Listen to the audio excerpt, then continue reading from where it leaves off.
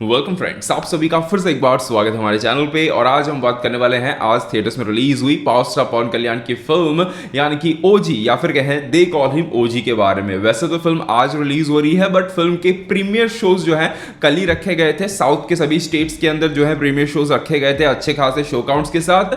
वहीं नॉर्थ में भी देखा जाए तो मुंबई में थे, यहाँ पर दूसरे कुछ स्टेट्स में भी थे, और कहा जाए तो यहाँ पर जहां मैंने देखा यानी कि सूरत भर में जो है एक शो जो है मिला था। एक थिएटर में सिर्फ एक शो जो है लगा था, यहाँ पे प्रीमियर शो लगा हुआ था और मैंने जो है वहीं पर कल इस फिल्म को देखा है। और लिटरली कह सकता हूं कि प्रीमियर शो किसी फैन शो से कम नहीं था।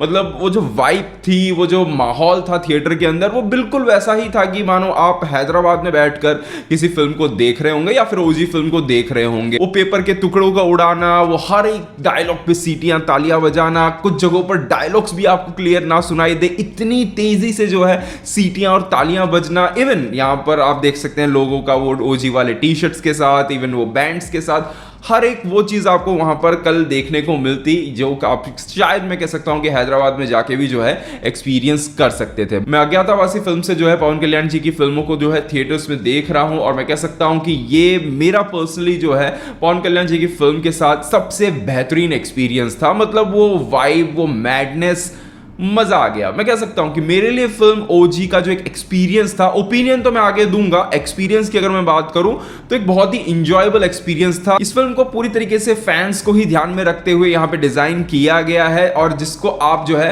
फैंस के साथ बैठ के ही यहां पर जो है इंजॉय कर सकते हो। ये मैं तो गारंटी के साथ कह सकता हूं कि अगर आप इस फिल्म को एक बहुत ही पैक थिएटर में देखते हो, तेलुगु ऑडियंस के साथ देखते हो, तो उसका एक्सपीरियंस बिल्कुल अलग रहेगा। वहीं अगर आप इस फिल्म को हिंदी ऑडियंस के बीच में देखते हो या फिर एक खाली थिएटर में बैठकर देखते हो, उसका एक्सपीरियंस डिफरेंट रहने वाला है। मैं कह सकता हूं कि खाली थिएटर के अंदर इस फिल्म का बिल्कुल भी मजा नहीं आएगा। हाँ, एक आध सीन्स कहीं पर काम कर जाए, बाकी आपको जो है खाली थिएटर के अंदर बिल्कुल मजा नहीं आने वाला है। अभी मैं प्रीमियर शो देख कर आया हूं तो मेरा जो एक्सपीरियंस है वो मैं आपके साथ शेयर कर रहा हूं। वहीं आज सुबह 9 बजे मेरे शहर में जो शो लगा हुआ है तेलुगु वर्जन का, वो पूरी तरीके से खाली है, हार्डली 4 या 5 ही लोग हैं।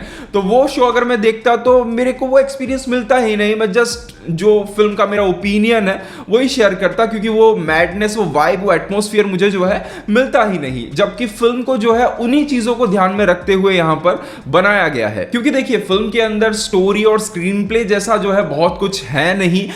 स्टोरी की अगर मैं बात करूं तो स्टोरी बहुत हद तक एक्सपेक्टेड स्टोरी ही है, जो ट्रेलर से आपने सोचा होगा वही स्टोरी है। बहुत ही सिंपल सी है और उस सिंपल सी स्टोरी को बहुत ही सिंपल तरीके से नरेट भी किया गया है।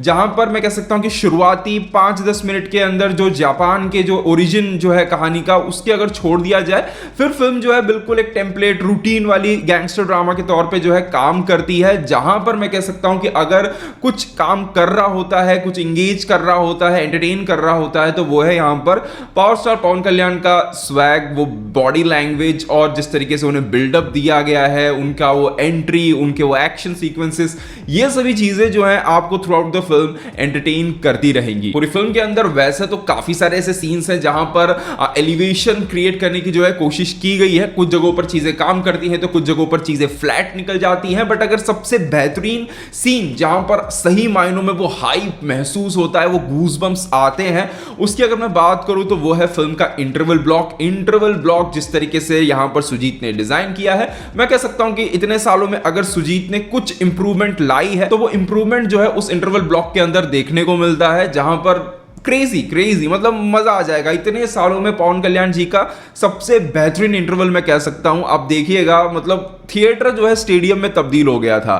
इसके अलावा भी सेकंड हाफ के अंदर एक पुलिस स्टेशन का सीन है, वो भी मैं कहूंगा कि काफी अच्छा था। इसके अलावा क्लाइमैक्स में भी मैं कह सकता हूं कि एक पोर्शन आता है वो वासी वाला, तो वो वाला जो पोर्शन है वो वहां पर भी जो है कुछ अच्छी चीजें आपको देखने को मिलेंगी। तो ये कुछ ऐसे मोमेंट्स है जो मुझे पर्सनली अच्छे लगे, मतलब हाई फील करा गए। पवन कल्याण जी के अलावा यहाँ पर श्रेया रेड्डी का जो काम देखने को मिलता है वो काफी बेहतरीन है। अर्जुन दास का रोल मैं कह सकता हूँ कि और थोड़ा बड़ा और थोड़ा बेहतरीन हो सकता था, पर उन्होंने जितना काम किया है वो काफी बेहतरीन है।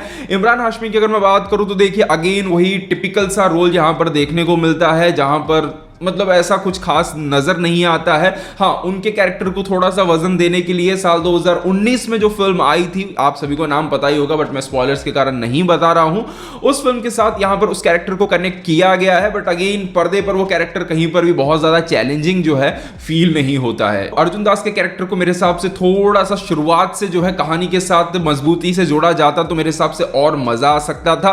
बट यहां पर होता यह है कि वो शुरुआत में आपको नजर आते हैं, यहां पर पवन कल्याण जी के बारे में बताते हैं और उसके बाद अचानक से गायब हो जाते हैं, और उसके बाद फिर जो है सेकंड हाफ में जब फिल्म खत्म होने की तरफ बढ़ती है तब जाकर उनकी कहानी का एक नया एंगल देखने को मिलता है। फिर चीजें प्रॉब्लम जो होती हैं वो बहुत ही आसानी से सॉल्व भी हो जाती हैं। तो वो सभी चीजें जो है ट्विस्ट वगैरह जो भी देखने को मिलता है तो इतना फटाफट होता है कि वहां पर वो कैरेक्टर में जो कुछ भी बदलाव आ रहे हैं वो कहीं पर हम फील नहीं करते हैं। और यही मैं कह सकता हूं कि यहां पर इस फिल्म के अंदर एक बहुत बड़ी प्रॉब्लम भी बनती है, क्योंकि सुजीत जो है यहां पर इस फिल्म के अंदर एक बहुत ही सिंपल सी और रूटीन सी कहानी को नरेट कर रहे हैं, स्टाइलिश तरीके से उसे प्रेजेंट कर रहे हैं। बट रूटीन और सिंपल सी स्टोरी के अंदर जहां जहां पर इमोशंस का स्कोप बनता है, सुजीत वहां पर भी इमोशंस को ठीक तरीके से हैंडल नहीं कर पाए हैं। हम ना ही यहां पर किसी कैरेक्टर के बीच की दुश्मनी को फील कर पाते हैं, ना ही हम किसी कैरेक्टर के बीच की बॉन्डिंग को फील कर पाते हैं, ना ही अगर कोई मतलब गुजर जा रहा है उस पर कोई फील होता है। कुछ भी जो है हमें इमोशन लेवल पर फील होता ही नहीं है। जस्ट मैं कह सकता हूं कि यहां पर पवन कल्याण जी और यहां पर एस एस थमन, इन दोनों का ही खेल होता हुआ नजर आता है। सुजीत से ज्यादा ड्यूटी यहां पर एस एस थमन करते हुए नजर आते हैं, जहां पर वो लिटरली मैं कह सकता हूं कि सेकंड हाफ के अंदर तो लिटरली हर 5 मिनट के बाद आपको एक बीजीएम के साथ नजर आएंगे। मतलब फील होगा कि हाँ यहां पर एस एस थमन है, तो वो है उनका काम है और उन्होंने अपने दम पर जो है काफी चीजों को एलिवेट किया हुआ है। हाँ, कुछ चीजें डेफिनेटली सुजीत ने डिजाइन की है, बट जहां पर उनका काम फीका भी है तो वहां पर एस एस थमन अपने बीजीएम से जो है चीजों को एलिवेट करने की जितनी हो सके उतनी जो है कोशिश करते रहते हैं। तो मेरे हिसाब से जब इतना पैसा सुजीत लगा रहे हैं, उन पर खर्चा हो रहा है, तो एक बेसिक इमोशंस जो है फिल्म के अंदर होने चाहिए थे, जिसको लेकर मुझे पर्सनली जो है थोड़ी सी डिसअपॉइंटमेंट फील हुई। बाकी टेक्निकली ये फिल्म सुजीत की पिछली फिल्म की तरह ही जो है काफी अच्छी नजर आती है, विजुअली सॉलिड नजर आती है। BGM again S S Thaman का जैसे मैंने कहा कि बहुत ही बेहतरीन नजर आता है। हाँ, एक जो इशू यहां पर थोड़ा सा फील होता है वो है लिपसिंग के अंदर। फिल्म के अंदर काफी ऐसे सीन्स हैं जहां पर लिपसिंग का इशू देखने को मिलता है, स्पेशली जो नॉन तेलुगु एक्टर्स हैं उनके केस में देखने को मिलता है। इमरान हाशमी के लिए यहां पर तेलुगु में अलग किसी ने जो है वॉइस दी हुई है। बहुत अच्छा होता अगर इमरान हाशमी ने खुद के लिए यहां पर डब किया होता, क्योंकि उनका कैरेक्टर वैसे भी बीच बीच में थोड़ा बहुत हिंदी तो बोलता ही है। उस हिंदी को थोड़ा सा और अगर बढ़ा भी देते तो कोई इशू होता नहीं, और उनकी अपनी एक वॉइस के साथ उनके कैरेक्टर में एटलीस्ट थोड़ा वजन ऐड होता, क्योंकि वो चीज जो है फील होती नहीं है। और स्पेशली हम लोग, और मेरे हिसाब से बहुत लोगों ने ही जो है उन्हें सिर्फ हमेशा हिंदी में ही सुना है, और बहुत लोग उनके ओरिजिनल वॉइस जानते हैं, तेलुगु में भी जानते हैं, हिंदी में तो सभी जानते हैं। तो उस वॉइस के साथ अगर उन्हें यहाँ पे प्रेजेंट किया जाता तो मेरे हिसाब से बेटर रहता। तो ओवरऑल अगर कहा जाए तो फिल्म ओजी, या फिर कहें दे कॉल हिम ओजी, एक अच्छी फैन सर्विस वाली फिल्म है, जिसे मेरे हिसाब से आप तभी इंजॉय कर सकते हो जब आप पवन कल्याण जी के डाई हार्ट फैन हो, या फिर आप इस फिल्म को जो है यहाँ पर फैंस के साथ बैठकर देख रहे हो। वो मैडनेस, वो वाइब, वो सेलिब्रेशन, ये सभी चीजें ही है जो इस फिल्म का असली मजा आपको दे सकती है। अदरवाइज अगर आप एक खाली थिएटर के अंदर बैठ के देखते हो तो ये फिल्म जस्ट एक अबव एवरेज एक्शन एंटरटेनर के तौर पर निकल के आएगी। तो ये आप पे डिपेंड करता है कि आप इस फिल्म को कहां पर देख रहे हो और आपके पास देखने के क्या ऑप्शंस हैं। बाकी फिल्म के अंदर पवन कल्याण जी का जो टाइटल कार्ड देखने को मिलता है काफी सॉलिड था। इसके अलावा यहां पर जो सिनेमैटिक यूनिवर्स की शुरुआत है वो भी इस फिल्म के साथ हो जाती है। इसके अलावा फिल्म के अंदर एक पोस्ट क्रेडिट सीन भी है, तो लंबा क्रेडिट आएगा उसके बाद जो है वो आने वाला है, तो थोड़ा सा आप इंतजार करिएगा, जल्दी मत निकलिएगा, वो सीन देख के जाइएगा। तो दोस्तों ये था मेरा ओवरऑल ओपिनियन इस फिल्म को लेकर। अगर आपने फिल्म देख लिया तो आपको फिल्म पर्सनली कैसी लगी है कमेंट सेक्शन में जरूर बताइएगा। मिलते हैं हमारे अगले वीडियो में, तब तक के लिए बाय बाय, टेक केयर।